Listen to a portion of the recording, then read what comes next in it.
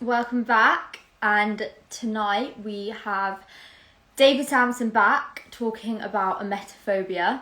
So this is going to be really, really, really interesting. I feel like not a lot of people may know about it. So this is very important. And I am going to add a title, but I don't know how to do that. I think I had to do that before. So what I'm going to do is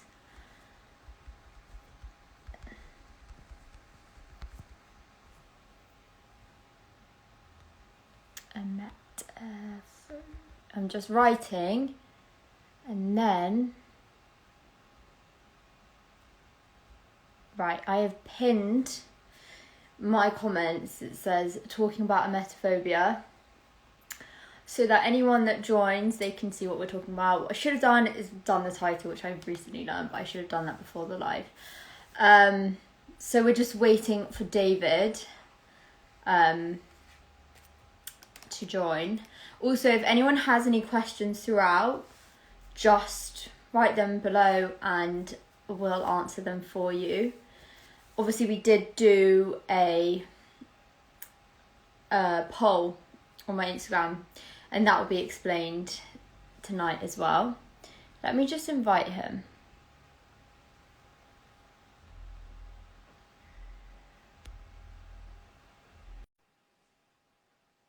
How is everyone? What's everyone up to? So as I said, any questions, please don't be afraid, just write them below. We are just waiting for David to join.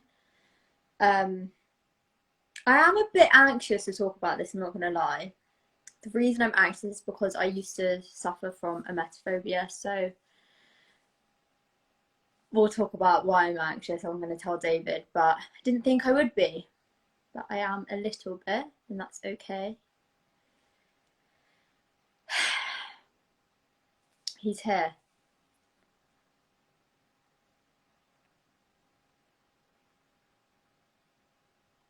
Okay, we're just waiting for him. This is a very interesting topic. Hello! Hi Zoe, how are you? I'm doing well. How are you? I'm really good, thank you. So what I've learned, what I should have done is done a title, but I've written, can you see I've written talking about emetophobia and I've pinned it, so anyone who joins will just automatically know what we're talking about. Okay. I was just saying, I didn't think I would be, but I'm a little anxious to talk about this topic. Why is that, Zoe? I don't know, I really didn't think I would be, but as I started going live, I don't get anxious talking at all, but this topic... I can sense it. I can sense it. I really can. Anxious, only because, as I said to you, I get really nervous that talking about it will, re-trigger, which is something that I think we'll talk about.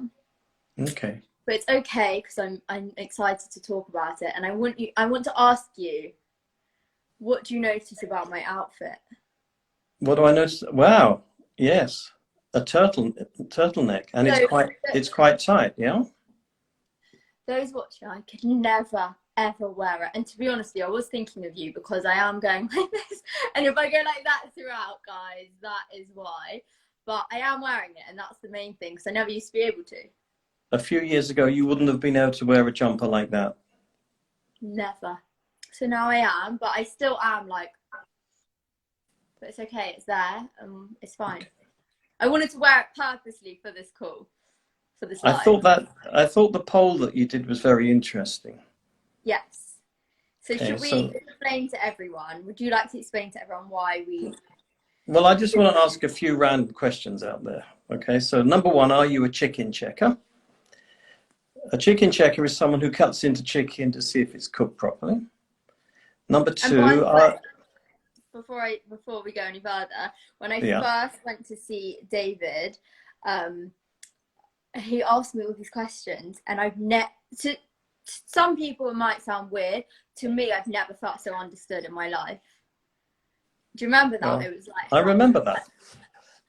On that poll that you did yesterday, are you a chicken checker?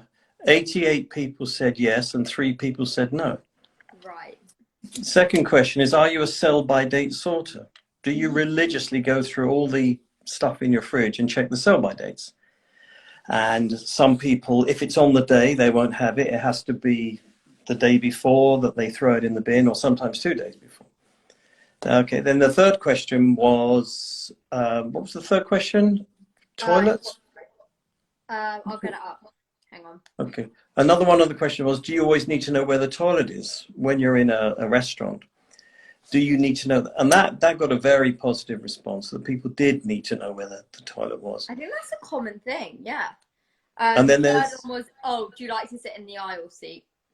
Yes, well, I think that got an astounding yes. People did want to sit in the aisle. I had a lot of yeses, to be fair.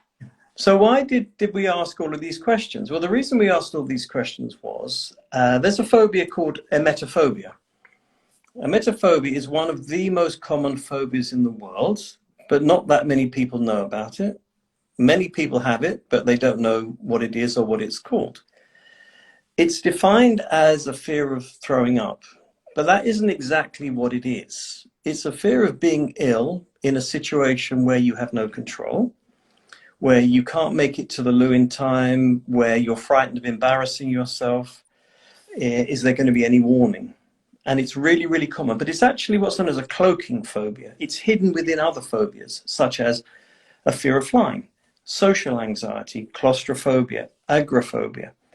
Sometimes it's misdiagnosed as an eating disorder.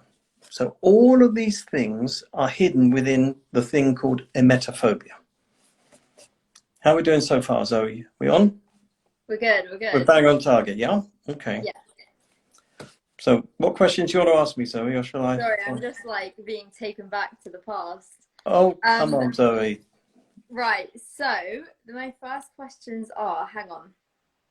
Firstly, I think it's interesting to touch on what you just said about it being misdiagnosed or not realizing. So just a bit about my experience. So I would say I think I've always suffered with emetophobia. I think. I mean, I would say since I was little. But I remember when I went to my first therapist, I sat there and she told me that I had an eating disorder. And I knew I did not have an eating disorder. I didn't know what I had, but I knew that was not it because I wanted to eat. And a bit of insight. So for me, my emetophobia was very much a fear of sick. Like, it was all I thought about. Will this make me feel sick? Will that make me feel sick? What if I feel sick in this instance? I was very much focused on safe people. And if I feel unwell, it's okay because my mum's there or my boyfriend's there or still or whatever it was, or needing to know where the toilet was, even if I'm not going to be sick, just in case if I'm going to have a panic attack and I can, or like needing to know where the nearest exits are. Anyway, so it would a lot of times stop me eating till I was full, or I guess, yeah, because I would associate being full with having a stomach ache. And if I had a stomach ache, oh my God, I'm going to be sick. And then I'd have a panic attack. And so telling that to a therapist, she was like, so what are you eating? She asked me to do a chart of like what I'm eating throughout the day. And I said, I don't want to do that. She was like, but you know, like, I think you have an eating disorder. And I was like, no, I don't. I know I don't, because I want to eat. I like eating. I just scared that it's going to make me sick. And she made me feel like I was a freak. I said to my mum, I'm not going back to her. And then I think I saw one other person and no one helped me. No one helped me. And that's when I got to France on my birthday and I collapsed in the airport because I thought the girl in front of me was feeling sick or like going to be sick. And I passed out. Had a massive panic attack, and that holiday is when I said to my mum, I need to see David Samson. And then I saw you, and I can now say, I mean, I'm wearing these. I don't ever think of it, thank God. I don't. People listening are wondering what this is about, the polar neck jump. Yeah. People who have emetophobia do not like the sensation of anything tight around their neck.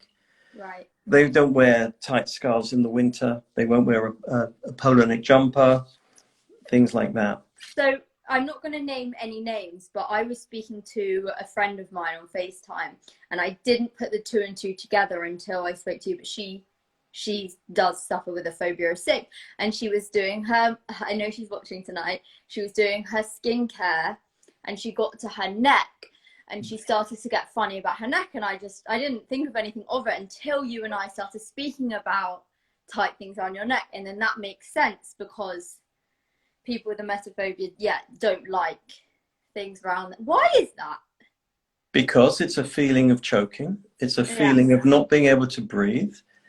And all of this, as we said last week, it always goes back to the first 6 years of life. Now, what you mentioned just now about eating disorders and misdiagnosis, I treated a young lady recently. She was 15 years old. Her mother was threatened that the child was going to be taken away from her and the 15-year-old was going to be sectioned under the Mental Health Act because they said she had an eating disorder. But she didn't have an eating disorder. She said, I just don't like the full feeling. Because if I have a full feeling in my tummy, I think I'm going to be sick. So she came to see me and we had some sessions and then everything was fine. But it was a very, very traumatic time for both the mother and the daughter of this misdiagnosis. I bet that's really common as well. It is very common. Because I didn't know what emetophobia was. No, very, very few people do. And certainly very few doctors know. I occasionally lecture to groups of doctors and they haven't got a clue what I'm talking about. That's really interesting. Not a clue, not a clue, even though it's one of the most common phobias. In fact, I had the director of a very famous private mental health group call me and ask me what emetophobia was. Wow, that's really Let me crazy. give you an example of someone who I've 40s. And she said to me, I've got emetophobia. I have a fear of throwing up, but I know where it came from. So I said, well, you don't know where it came from. She said, I do. She said, I was about 5, 6 years old. We were in a restaurant. We were having a family lunch. Don't keep doing that, Zoe. We were having a family lunch. And on the next table, there was another family having lunch. And the kid threw up all over the table. And I had a panic attack. I said, it didn't come from there. She said, well, I know it did. So we did some exercises and she went into hypnosis and she said, yeah, it's all coming back to me now. We're in a restaurant.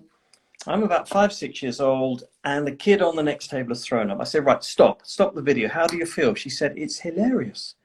The kid's thrown up all over the table. I said, how do you feel? She said, it's really funny. I said, okay, now hit play. And 1 second later, she went, I said, right, stop the video. I said, what's just happened? She said, the kid's grandma has leapt out of her seat and she's now screaming at the top of her voice, why did you do that? Everybody in the restaurant's looking now, you stupid boy. Why didn't you go to the toilet? You've ruined my birthday. So when she came out of hypnosis, she said, you were right. She said, it was not the kid throwing up. It was what happened 1 second later. From that moment onward, she had a fear of restaurants. She had a fear of embarrassment. She had a fear of humiliation. She had a fear of eating in front of others. And all of that came from that particular scene. That's crazy. So that really highlights that it's not specifically a fear of throwing up. It's all the things that are associated with it. Yeah. And that I think is very interesting. And I think we've discussed that is actually, you know, some people will come to you and say that they don't have, like you'll say you've got emetophobia, but they don't have a fear of throwing up. So can you explain a bit about that? How it's possible to have emetophobia without having the active fear of sick? Some people have emetophobia, but if they're at home in the safety and comfort of their own home and they feel ill and they go to the loo and do it, listen, it's not yippee, it's not pleasant, but they just do it. But there's no fear there. But these people, if they're out in a restaurant or they're in a bar and they get that feeling, then there's panic because they're not in a safe place. So there are some people that know they've got a fear of being ill, and there are some people that don't actually know they've got it because they've never been in that particular situation where they've been out and they felt ill. Right. And another interesting question. So obviously going from what I was, and also just to say, like, when I was back then, since then, and like I'm still slim, I was a stone and a half lighter back then, just to show the impact of like what it can do and like the importance of getting help. And I mean, I put on weight in a positive way because of getting help and because of the work that I did with you. So obviously I've come such a long way. Don't think about it. I eat till I'm full, whatever. The thought of being, I mean, I told you a recent incident, I think my friends are watching, where I was out. I had some wine and then I had ice cream and I ended up feeling really sick and I panicked and I said to my friend, I don't feel well. And she goes, go. Also, those watching who can relate, when you feel ill and a friend says to you, let's go to the toilet, you're like, no. I'm not going to, because in my head, I'm like, if they want me to go to the toilet, they're confirming that I'm about to be sick. And if I'm about to be sick, then I'm going to have to panic. And if I panic, then that's not okay. She said it to me, I said, I'm not going to the toilet. And she goes, okay. And I was like, no, I'm about to throw up. And I think that's the difference as well. I learned the difference between feeling sick and feeling panic sick. Because with the emetophobia, when I panicked, I was telling myself I felt sick when I didn't actually feel sick. Like sometimes you have to like listen to your body. Like, do I actually have a tummy ache? Do I actually feel sick? Like, no, like there's a anxiety feeling sick when you feel nervous. Correct. And that's different, that anxiety thing. Yeah. But whereas when I was actually feeling sick, I threw up within 10 seconds and then I felt fine. And that for me was like, whoa. But I mean, still, whilst I'm better, the thought of feeling unwell in a social situation, it still makes me anxious. I don't like being sick. I mean, as you know, recently I've been confronted with sick and I was unbelievable, but it still made me a bit like, oh.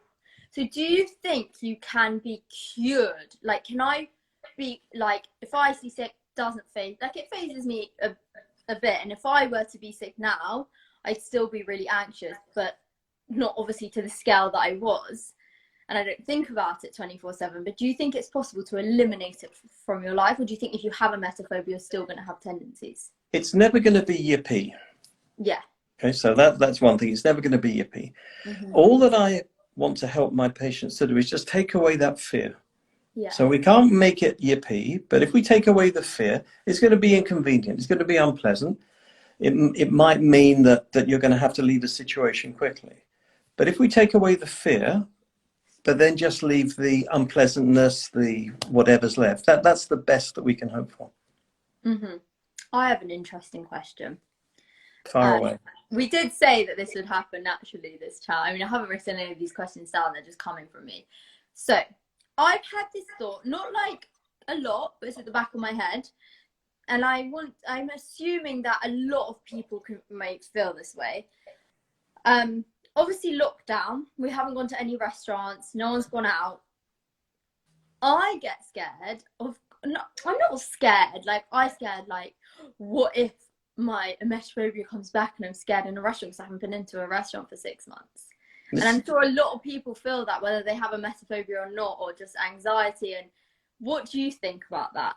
The number of calls that I've had in the past few weeks with people who are relatively safe in lockdown, and suddenly their fears, their anxieties are getting worse of the thought of going back into social situations. I had a lady the other day and she phoned me about stopping smoking. She said, I've stopped smoking. I said, well, why do you need me? She said, because I'm terrified of going back into a pub or a restaurant with my friends and then starting to smoke again. Right. So it's very common, especially where we are at this moment, with lockdown perhaps going to end in a few months' time. Anxiety is really, really becoming an issue for people about going back into the real world. It is, yeah. So I because it hasn't been like a big thought of mine, but it has been at the back of my head, like, what would I be like in a restaurant? Even though for years and years and years I've been absolutely fine, that you do have that worry that the what if. But once you get back into it, then that anxiety will disappear quickly. Okay, does it affect males or females more? That's an interesting question. In theory, there is no difference between a man or a lady suffering with the med. But I get approximately 9 times as many calls from ladies than I do from men. Right. Now, my only explanation for it is that it's not a macho thing for a guy to be scared of being ill. Many years ago, I was doing a live phone-in with Eamon Holmes in a BBC radio studio, and we were talking about phobias, and people were phoning in, and someone phoned in with emetophobia. And Eamon Holmes said to me live, we were sitting in the studio, he said to me, he mouthed to me, "I've got emetophobia." And I said, "Well, why didn't you tell me?" And then we spent the rest of the program talking about emetophobia. The interesting thing was that for about 2 weeks afterwards, the majority of calls I got were from men. And then it went back to 9 to 1. But there is no reason why it should affect ladies more than men. The average age of sufferers historically that I've had to deal with are, say, 15 to 25, 30. So normally young ladies, 15 to 30 years old. That's a typical profile of a client that I treat.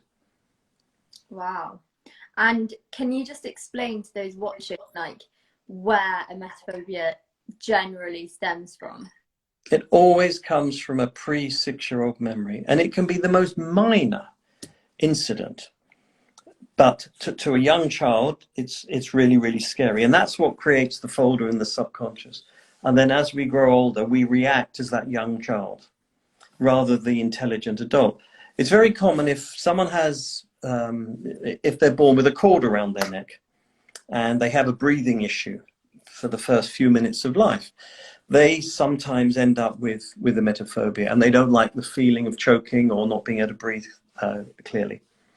So there was one example of a lady that she was with her mum. She was about 4 years old. She was in the park with her mum. Her little sister was 2 in the pushchair, and they were feeding the ducks, and the mum gave each of the children a sweet, and suddenly the 2-year-old got the sweet caught in her throat.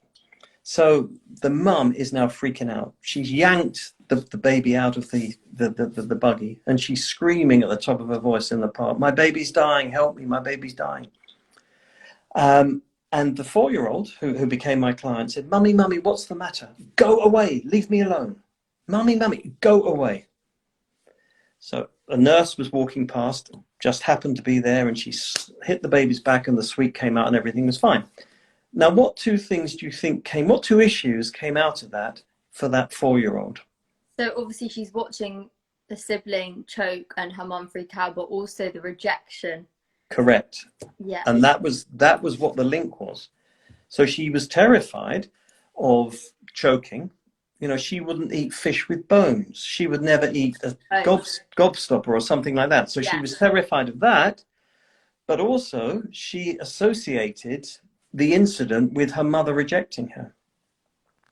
You know, she spoke to her mum after it, and she said, "Mum, you freaked out." She said, "Yeah, I did freak out. But why did you push me away?"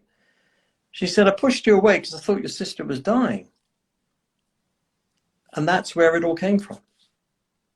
That is honestly...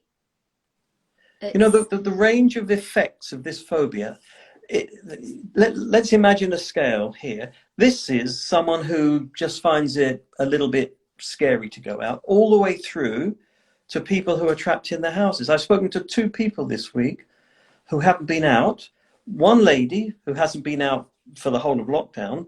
Another lady in Wales, in Cardiff, she has not been outside of her house for 7 years. Because of emetophobia? Because of emetophobia. She's absolutely terrified. When you put it like that, and you, like, for me, like, when I'm like, oh, like, it seems quite daunting going out after lockdown, when you put it like that, it's like, well, what's the alternative? Like, I don't want to live do you know what I mean? Like, and there's no point worrying. We have some very interesting questions, actually. Okay, far away. Someone said, does it run in families? But I imagine, based on what you're saying, if like a parent has emetophobia and then they react to a certain thing or whatever, even if they don't, I guess pre-6-year-old. So I guess, is it nature versus nurture? Is it just nurture? It's not genetic. It's learned behavior. Right. I'll give you an example. A 17-year-old girl came to see me once, and because she was under 18, I had to have her mother in the room at the same time. So the young lady was in hypnosis, And she remembered a scene, and she said, it's the middle of the night. I'm about 3 or 4, and I've called out to Mummy, Mummy, I don't feel well. I think I'm going to be sick. So Mum's called out from her bedroom, don't worry, darling, go to the bathroom. I'm coming straight in. So now she's kneeling in front of the toilet, and the mum was nodding her head as if to say, I remembered it. So then the little girl said, Mummy, why aren't you next to me? So the mum said, I am next to you. She said, but you've got your back to me. Why have you got your back to me? And the mum was absolutely, she was blushing. And she had her head in her hands. So when she came out of hypnosis, the girl said to her mum, why did you have your back to me? She said, I have to tell you, I'm terrified, but I didn't know you knew it. She said, but all I wanted you to do was stroke my back or stroke my hair, but you turned your back on me. And that's what caused her met. She didn't have a fear of being ill until that moment. She was kneeling over the toilet throwing up. Not a problem. Do you know no what? problem at all. This makes me very panicky for people when I have kids. I've got to tell you, although I don't think about it, I don't want to see it. The thought of it like splashing on the yeah, let's not go into detail. No, but can I just say, I'm panicking because at nursery a child came to me and they walked towards me throwing up, and whilst I wasn't screaming, I said, okay, go to that teacher. So like now I'm thinking, oh God, have I like scarred this child?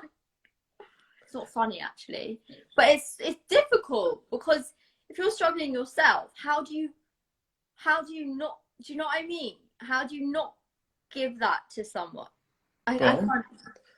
But once you've had therapy, there are a number of children in this world that I'm very proud to say were born because of the work that I did with their mothers. There was one lady that came to see me who was a school teacher, and she said, I never ever want to have a child. Never. I'm so scared. And she now has 2 healthy children. That's amazing. I can't wait to have kids. I just know that my husband's going to deal with sick. Let me give you an example of how complex this particular phobia is. The story I'm about to tell you takes about a minute, but the actual event took half a second. Okay. So a lady walks into a bar, guy walks up to her, can I buy you a drink? So she thinks, well, if he buys me a drink, he might want to buy me another drink. And then he might, and I don't want to get out of control because I only ever have one drink. But what if he asks me, should we go out for a meal afterwards? But I don't want to go into a restaurant. And then what happens if next week he says, should we go to the cinema? But I don't want to go to the cinema because I have to sit on the end. And then what happens in a couple of weeks' time? He said, well, why don't we go to Paris for a weekend? But I don't want to go on the Eurotunnel. I don't want to fly. And then what happens if we have to stay in a hotel? I don't like staying away from home. And then what happens if he proposes marriage to me? And then we've got to think about getting married in front of all those people. And then I'm going to get pregnant and have a baby. No, I don't want to drink.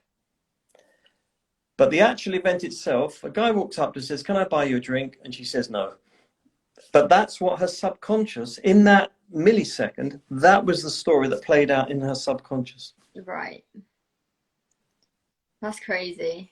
Yeah, but that's the way her mind worked. And all of it went back to when she was very young to an event. Right. We've got another question. Are people with emetophobia less likely to be sick in general? E.g., is being sick something the brain can actually control in some cases? It's a natural function. We sneeze, we pee, we poo, we fart, we cough, we sneeze. These are all natural functions. What it is, it's the body trying to get rid of whatever it doesn't want to keep in. But people who have emet try and try and try. They really, really struggle to stop being ill. But unfortunately, that's not necessarily a good thing. You know, there are some people that haven't been ill for 20, 30 years. But it doesn't mean to say that it's a good thing. You know, it's a perfectly natural process. But that's not what this phobia is about. As I said, it's where am I going to be? Will I get any warning? Will people look at me? Will they laugh at me? Will they judge me? And it all roots in rejection, abandonment, and loneliness. And I know this sounds quite dissociated from what we're talking about, but it always comes down to a fear of loneliness, abandonment, or rejection. Right. You know, am I going to behave in an inappropriate way? Will people looking at me judge me? Will they reject me? Yeah, do you know what's weird is like you talking about the subconscious and the conscious. I have this very vivid memory of feeling unwell, and I remember Sylvia was there, but this is a conscious memory, and I can't remember how I felt about it. I just know that I was sick in Sylvia's hands because she didn't want it to go on the carpet. But it's so weird because what you're saying is those kind of memories aren't what we're talking about. We're talking about the ones that are the hidden. It's the hidden memories, right? Yeah. Now the reason really that fascinating. Now the reason that Sylvia didn't want you to be sick on Mum's carpet was that she was maybe she freaked out. I don't know. Well, maybe she did. My hypnotherapist. But maybe she did. Maybe she's like, oh my god, wait, don't. Have we just psychoanalyzed me? But no, the thing is though, it is scary because like I'm now starting to think like, you know, when these children at nursery, I've had a few cases where they've thrown up, and obviously I was like, oh, like don't come to me kind of thing. I didn't turn my back on them, but I did obviously be like walk away or like kind of like guide them somewhere else. So that's a lot of pressure to feel like you may have just scarred someone. Yes, probably. Oh gosh. Should I have said that or should I have not said that? Anyway, let me tell you I'll tell you the saddest story. A lady came to see me once with Emmet, and she said, something happened last night and I know definitely now I have to have therapy. I said, why? She said, my husband and I went out to the movies, and we had a babysitter, a new babysitter, and she was looking after our two children. And when they got back from the cinema, the mum said to the babysitter, was everything all right? She said, yeah, but something strange happened. As you went out to go to the movies, the eldest one, the 5-year-old, came downstairs, got 2 buckets out from the utility room and went upstairs with them. And I said to them, what are you doing? Oh, Mummy forgot to put the buckets next to the bed in case we were ever ill. So this 5-year-old now has put a bucket next to the 3-year-old's bed and a bucket next to their bed, because every night of their lives, the mum has put a bucket there. How sad was that? That's really sad. So the mum, the next day, said, that's it. That's it. The thing is, I feel like with my job, and like obviously I have a degree in early years, I'm very aware of the power of early memories and to always give a child a positive experience. So, I mean, I'd like to think I've only ever given children a positive experience, but things like that you can't do because children are sponges. They are sponges. The only thing I will say is when this child was sick, like the good things is that I didn't shout, I didn't freak out, I like smiled at her and just walked, but I was facing her, I just walked away facing her. Anyway, I did the best I could. At least I didn't do any of that.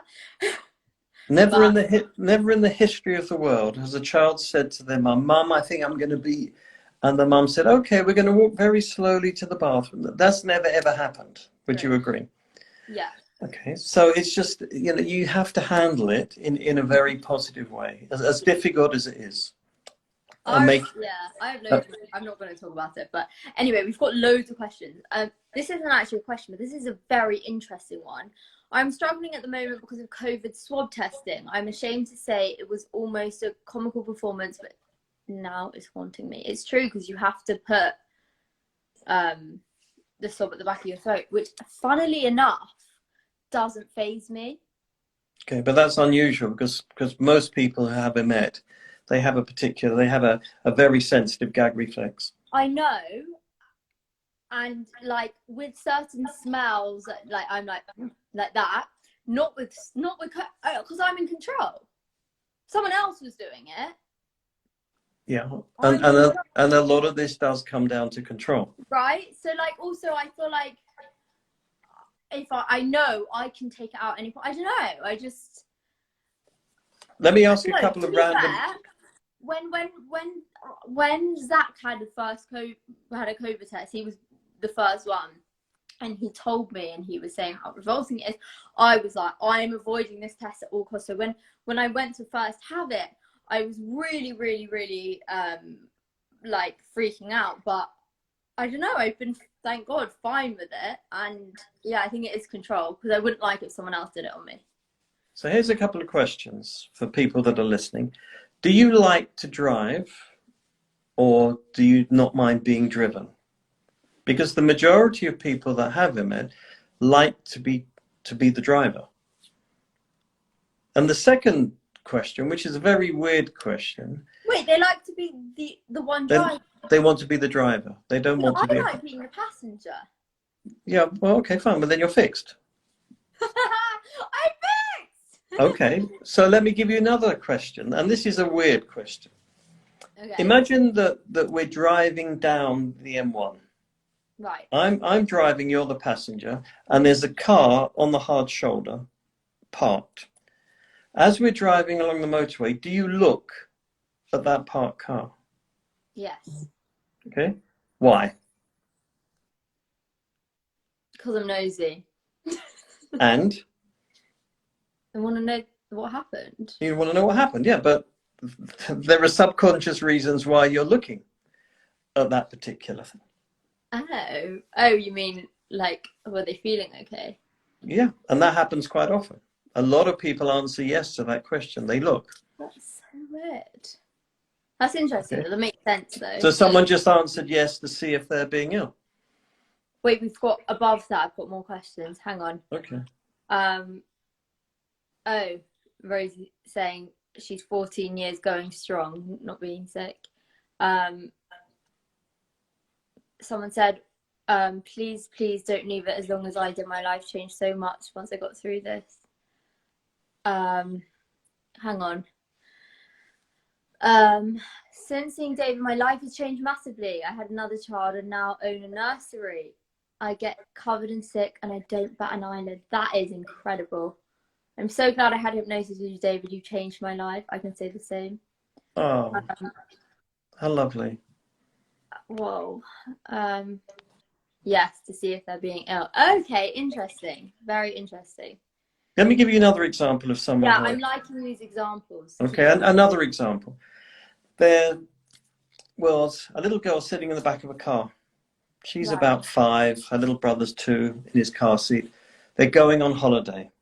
And mummy and daddy are happy. They're not arguing. For once, mummy and daddy are happy. Mm-hmm. And we're driving to the airport.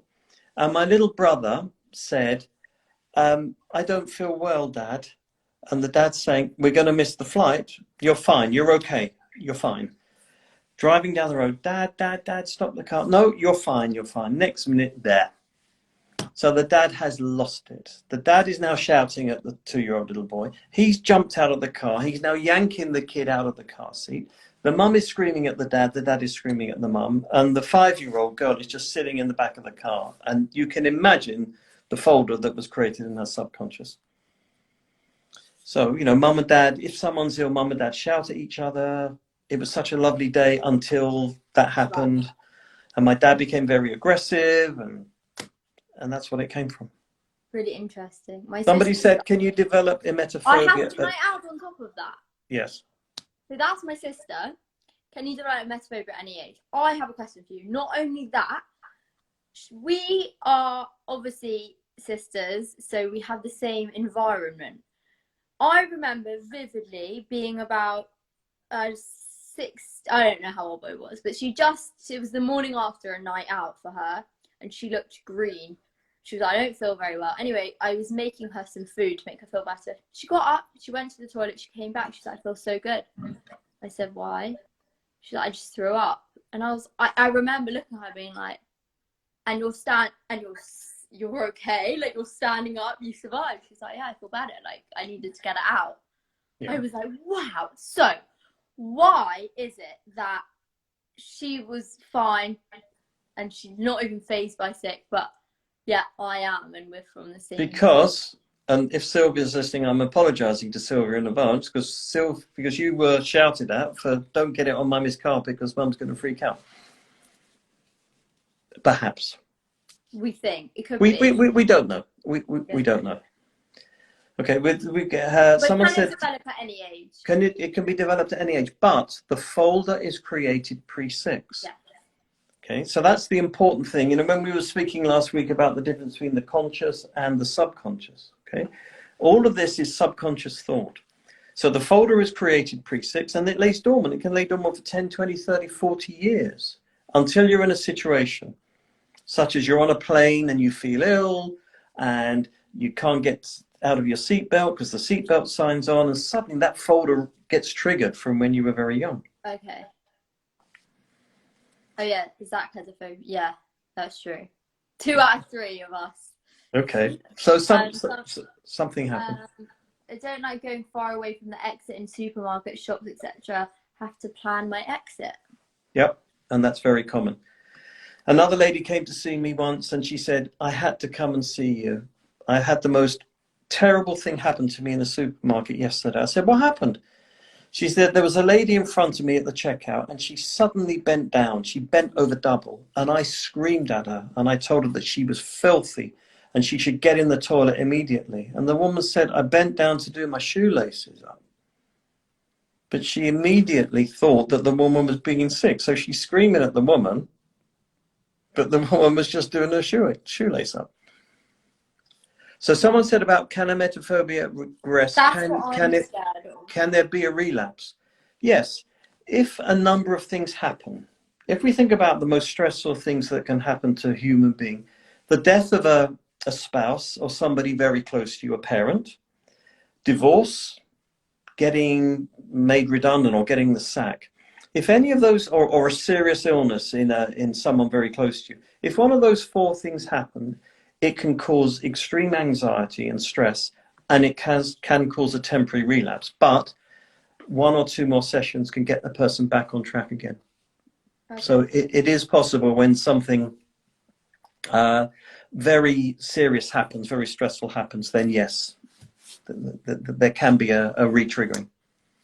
So, like, you know, like consciously for me, I'm like, honestly, swear I don't even think about it ever.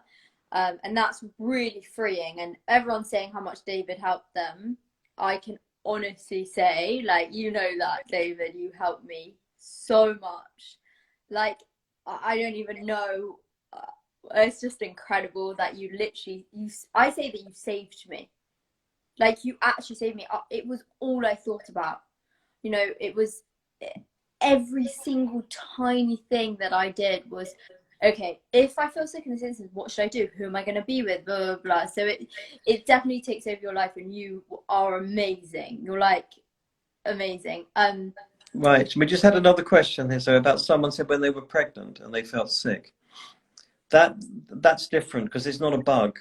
You know, if someone, it's like some people are able to drink alcohol and feel ill because it's not a bug. That lady who just asked the question said about getting pregnant and feeling sick, but not being scared about it. That's different. It's not a bug. Ah. And it's only for a certain period of time during the pregnancy, and it's relatively controlled, relatively. Right. So that's the difference between catching a stomach bug and having morning sickness. Oh, I see. Okay, because that makes sense, because my friend can drink and throw up and stuff, but yeah, with a bug. It's yeah, totally different. Wait, I was going to ask you something. Okay, so this is what I'm saying. So consciously, so consciously I know like I'm fine, but then, you know, like consciously you get these thoughts of like what that girl just said, like what if you relapse, or is that possible?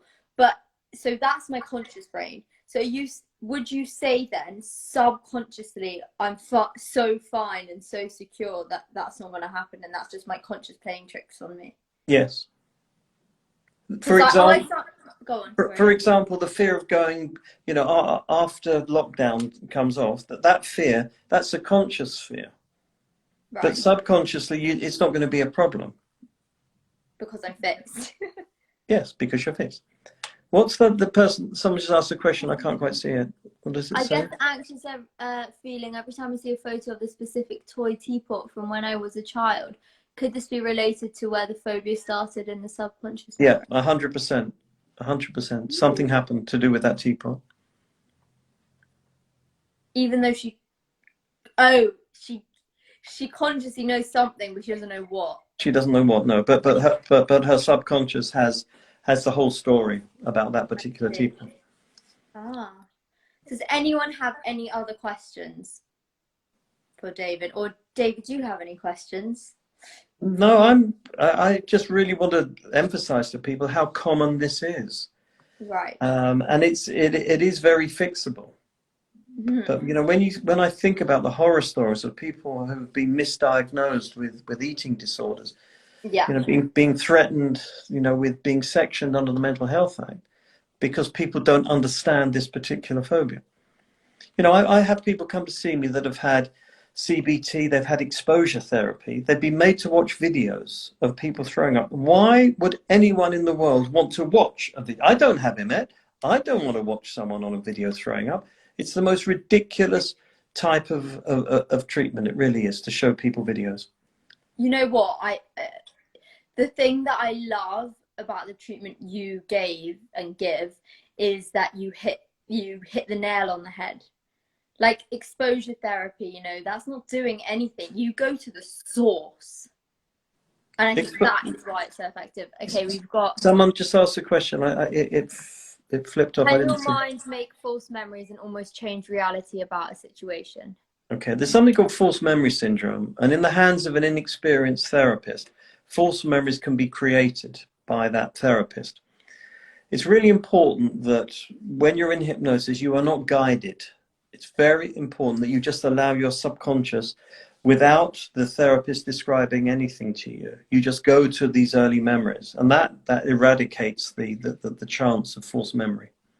But it is a very relevant question. How does hypnotherapy work in terms of pinpointing that childhood moment that triggers a met, like from a technical perspective? When you're in a very relaxed state, which is what hypnosis is, you're able to remember scenes from this part of the brain, the subconscious. Things just pop into your mind. It's a bit like a daydream, and you begin to remember things. But you don't just remember them, you really feel them. You feel what that little child was feeling. You're then able to understand how truly scary it was for that child. But then you can overwrite it by putting the adult's perception on that particular scene, rather than keep referring back to that little child's experience. Someone said, my baby threw up and I was dancing around the kitchen making her feel like it was okay. She was smiling even though she was really poorly. How should we react to a child being sick? Was that correct? That was perfect. That's exactly what you should do. Yeah. It's all about positive experiences. Yeah, that's because the child doesn't know what it is. So they look to you to see, how should I react? Should I be scared, mummy? Should I not be scared? So it's very, very important, the adult's reaction in a situation like that. For sure, definitely. How many people do you think have sat in your chair for the first time and so happy to see there's a sink in case they threw up? I never actually thought about that, but I definitely don't have any. About that. There are no buckets in the room. Definitely no buckets. So I think, what are the main things you'd like people to take back from this life? That it's common. It's more common than you think. If you went out to eat with 10 girlfriends for a pizza, at least one of them would be pushing her piece of pizza around the plate. And because I would think, okay, if 10 people went out to eat, at least one of them would have Emet. Okay, because I used to be like, eat things weirdly, because I'd like know that one, I don't know, this is going to sound so weird, but like, especially with pizza, I used to have like safe sections, like, you know, with the stringy cheese and stuff. But I don't know, I feel like what I used to do when I used to go out for lunch or dinner with my friends, now I finish, but what I used to do was not ever finish a meal. So they used to be like, yes, always go out for dinner with Zoe because then we can eat all our food. Okay, so but obviously that was to do with the emetophobia. But yeah, I guess you are right. There's always going to be one, even two, I think. Yeah. I don't know. So, What is so it? so things to take away from today. It's really, really common. You're not going crazy. You don't have an eating disorder. It can be treated. But just think about those weird questions that we asked in the poll. Are you a chicken checker? Another one. Do you check the health of other passengers when you get onto a plane or onto a bus or onto a train? Yes. All of these questions may sound a bit weird, but they're not, because those are symptoms. It doesn't mean that if you check your chicken, you've automatically got emetophobia. But if you answered yes to a few of those questions, then there's a chance that you may have a degree of emet. So what would you say to someone who's watched this live and thinks they could have emetophobia? What do you think? What should they do? Well, if they Coming to you. just give me a call. I mean, listen, I'm quite happy just to talk to people. I really am, just to give them some advice and calm them down. I'm very happy to do that. Yeah, for sure. And I think it's so good that we're talking about it. That if like doctors don't even know about it, some doctors, then I guess such a common thing, and yet so unspoken about. Yeah, because there is such little information about it. Right. And also, right, the biggest tip I can give to everyone that's listening: if anyone is a member of an emet forum, delete your profile immediately. They are the very worst things you can do. Because if you wake up at 2 o'clock in the morning, you don't feel well, and you go onto an emetophobia forum and type in, I don't feel well, within seconds, you're going to have 100 people saying, I don't feel well either. And it just builds into this crescendo. So it is the worst thing that you can do is to be a member of one of these emetophobia forums. There is no positive to be gained by being a member of these. I didn't even know that was a thing. I'd also like to say, if anyone is watching this and as well, like obviously reach out to David, but if you want to speak to someone who's seen David and has come out the other side and I'm doing really, really well, please don't be afraid to message me either if you want more information about what I went through and how I felt. I'm more than happy to talk about it. But also David is amazing and he saved me. You really did. So thank you. And thank you for sharing this. This was really interesting. What are we doing next? What are we doing next week? Right, so everyone, you're gonna set. So David, I think you sent me a list of topics, and we'll let you guys decide what you want David to talk about next week. And if you have anything specific, please just message either of us, and we'll cover it. Well, David will cover it and I'll ask the questions. I mean, we can do stuff like emotional overeating. We can do insomnia. We can do fear of rejection. We can do loneliness. We can do fear of abandonment. We can do stress. We can do anxiety. We can do irritable bowel syndrome. There's a million things we can do. Let me tell you something. He's a very wise man, so he can really cover anything. So if you have anything specific you would like him to cover, please just contact either of us. If not, I'll be doing a poll on the Instagram anyway, and you can vote. Okay, but we're going to be around for a long time on Sunday night. You can't get rid of us. We're going to be covering everything. Yeah, Rosie said thank you. My mum said thank you. Everyone's saying thank you. Thank you. And thank you for listening, everybody. Have a lovely, happy Valentine's Day, everyone. And happy Valentine's Day. Happy Valentine's Day. Thank you again so much. Thank you, honestly. And see you next week. I got to do it. I was able to talk about it and I'm still here. Very good. And you didn't do that anymore. I know, a little bit, but not too much. Okay, see you next week. Thank you so much. You're amazing. Thank you. See you next week. Bye. Bye.